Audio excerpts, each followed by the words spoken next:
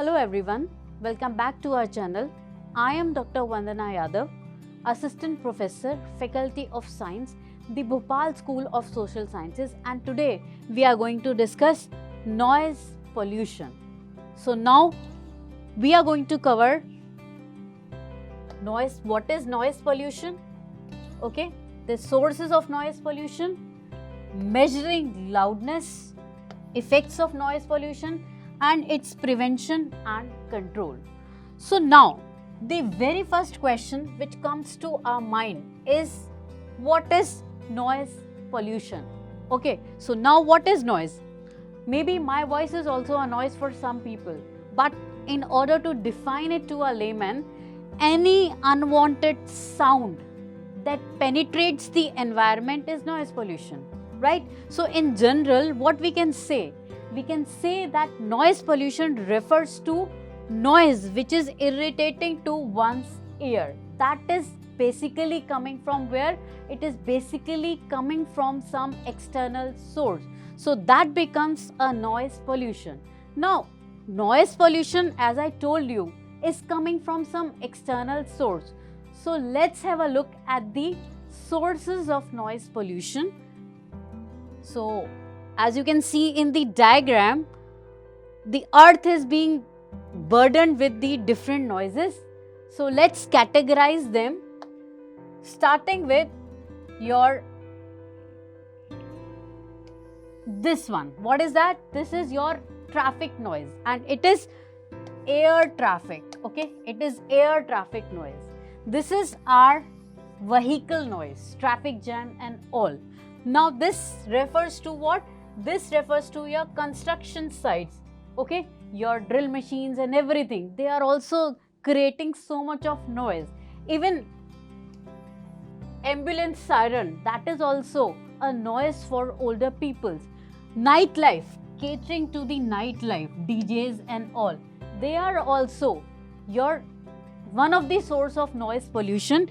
Even you can see public address system, mics and all, your electronic instruments, your gadgets or your electronic instrument which are helping you, your washing machine, your TV, your music system, they all are a great source of noise pollution. But is everything noise? So now we are going to see whether everything is noise or what amount of noise is moderate for us. So let's see. This is sources listed, and now let's measure loudness. Now what is loud, or what amount of sound is admissible for our ears? So basically loudness is measured in waves, in terms of sound waves. So as you can see that sound waves are what? Are vibration in the air molecules which are carried to the ear. That is our noise source. So it is described in terms of loudness, and you can say it can be categorized in the pitch of the wave. So now what is the unit? We measure like 1 liter of water and so on. So our loudness is measured in terms of a unit which is called decibel. So now starting with what things are admissible, or you can say good for our ears, and above which it will be harmful for our eardrums.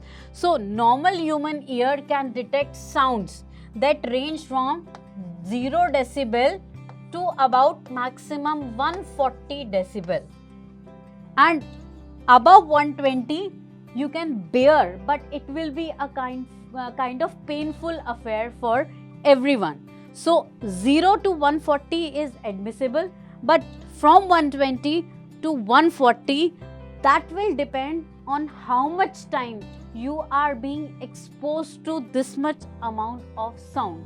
So I'll give you just an idea about different decibels created.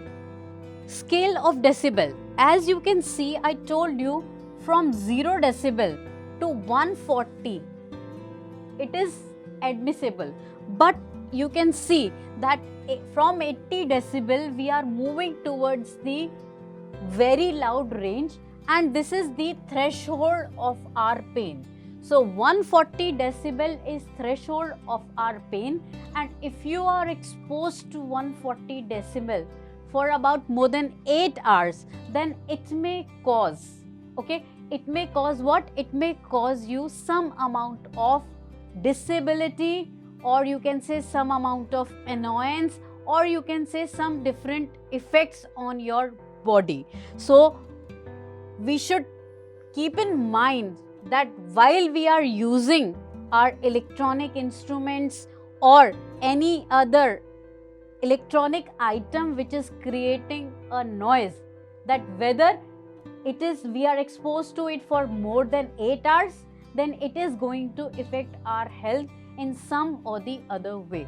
So now you must be thinking that we are used to like 70, 60, every day we are used to this much amount of noise in our daily life. So now you are aware that 140 is the threshold for pain. So let's discuss the effects of noise pollution. And noise is coming to our ears, so therefore first and the very important effect are the auditory effects. So auditory means something related to your ears. So auditory effect may include your auditory fatigue, or it can also lead to deafness, permanent deafness or temporary, that depends from person to person. And other secondary effects are non-auditory effects. So you see older people get annoyed, they are very much annoyed, they have increased blood pressure whenever somebody is shouting or whenever your TV is running on a high volume. So there can be different type of non-auditory effects based on the age of the person, or you can say based on the body of the person. So let's discuss them in detail.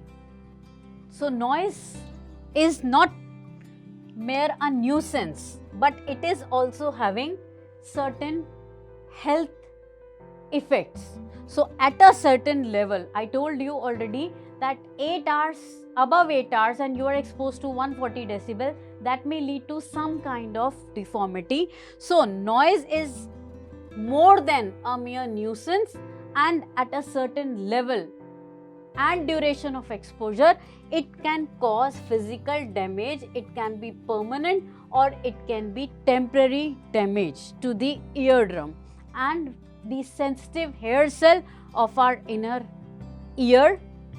This is called noise induced hearing loss. So this can be permanent, this can be temporary, and as I told you in the decibel scale, that hearing loss not only usually occur below 80 decibel, but most people repeatedly exposed to more than, like workers working in the industries and all, they will have a permanent hearing loss to some extent.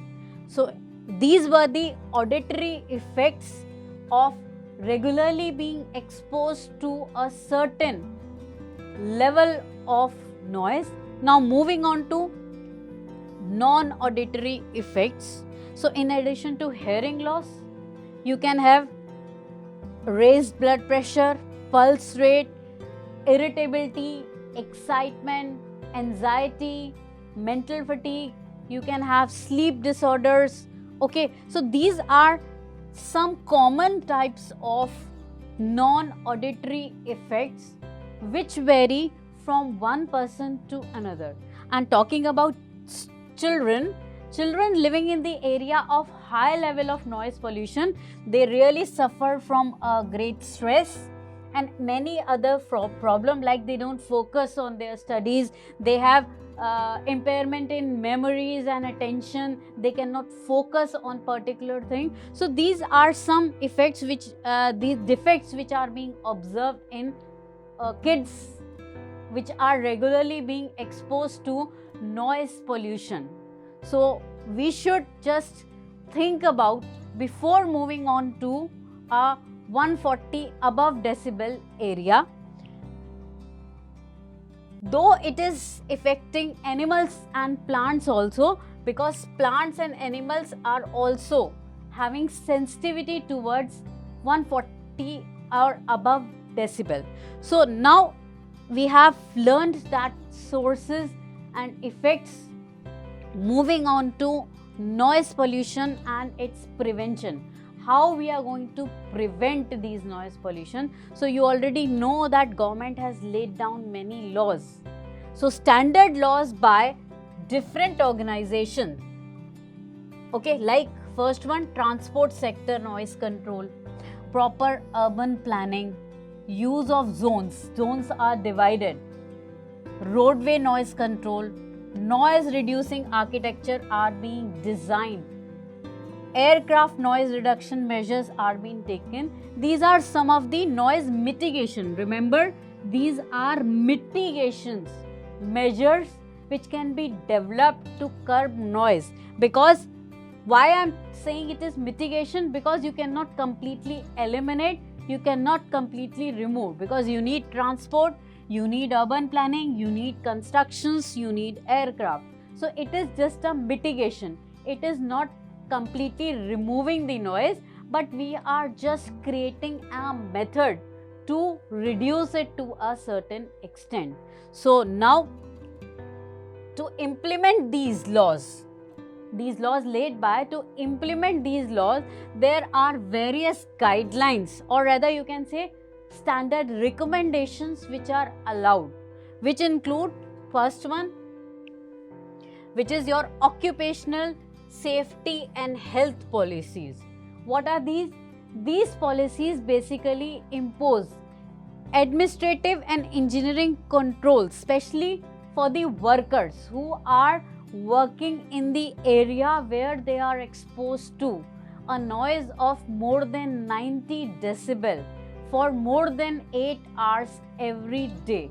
So these measures are basically control impacts, or you can say they are the control measures they should follow, or that industry should follow, so that the workers there have less impact on their physical health. Other organizations like Mines Safety and Health Organization, different countries have different policies and regulation to control the noise pollution.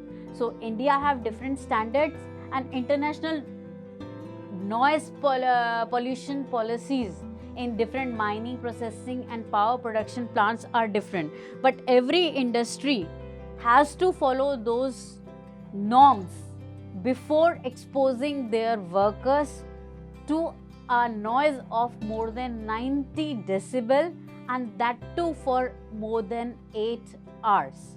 So these are some points, which policies which are designed by the government. So now let's see how we can control the measures which we can take, and we can control the noise pollution. So first thing which we can do is use earplugs, which is a cost-effective tip for reducing the pollution, noise pollution. So especially workers which are working in a place where they are exposed to 90 or above decibel noise, they should use earplugs so that they are exposed to less amount of noise from the surrounding environment. Second is soundproofing.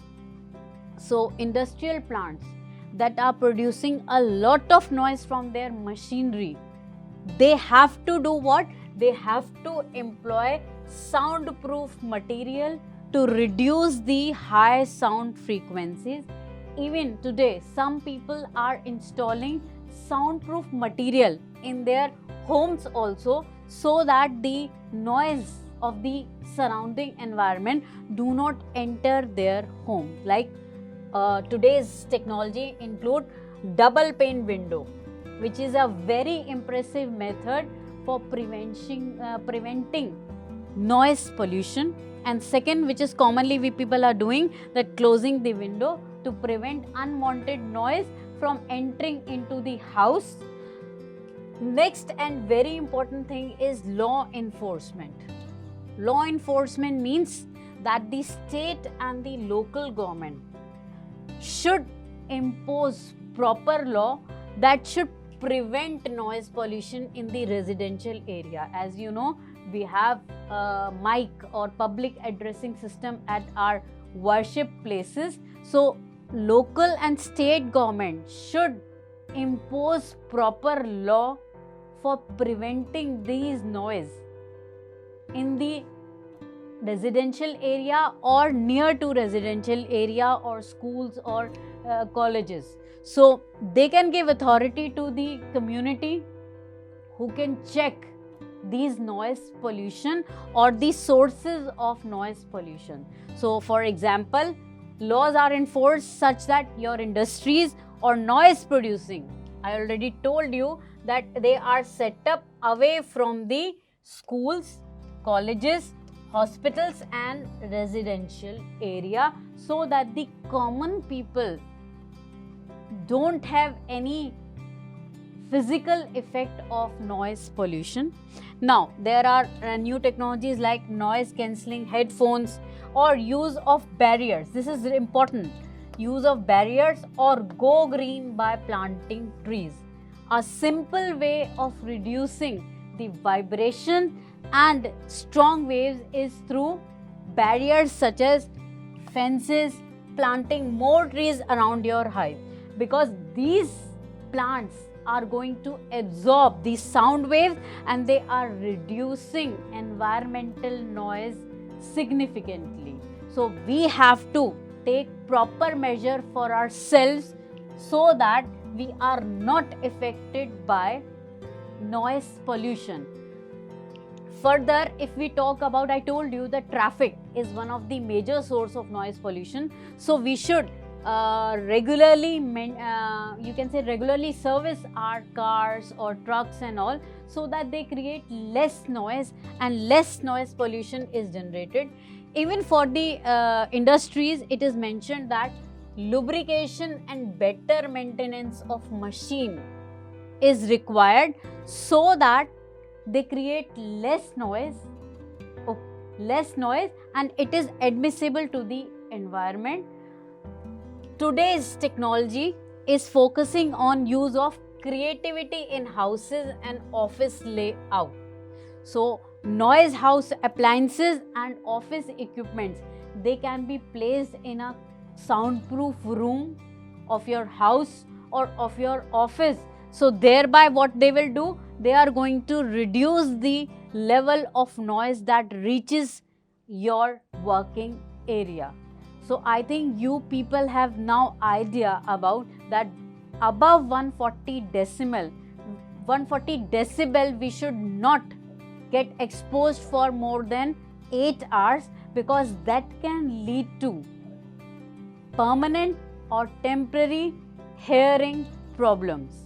So today I explained to you that though we people are regularly being exposed to various kind of noise and noise pollution is there in our environment, but we should keep in mind that 140 decibel is the limit. Above 140 decibel may cause temporary or permanent hearing impairment or any other kind of or non-auditory problem in our body. So we should take proper measure to prevent noise pollution at our workplace, at our homes, and we should keep our environment safe and noise pollution free. So I hope you have clear understanding about noise pollution, sources of noise pollution, effects, prevention and control. So now you people be aware about the noises, and till then keep watching our channel. Thank you.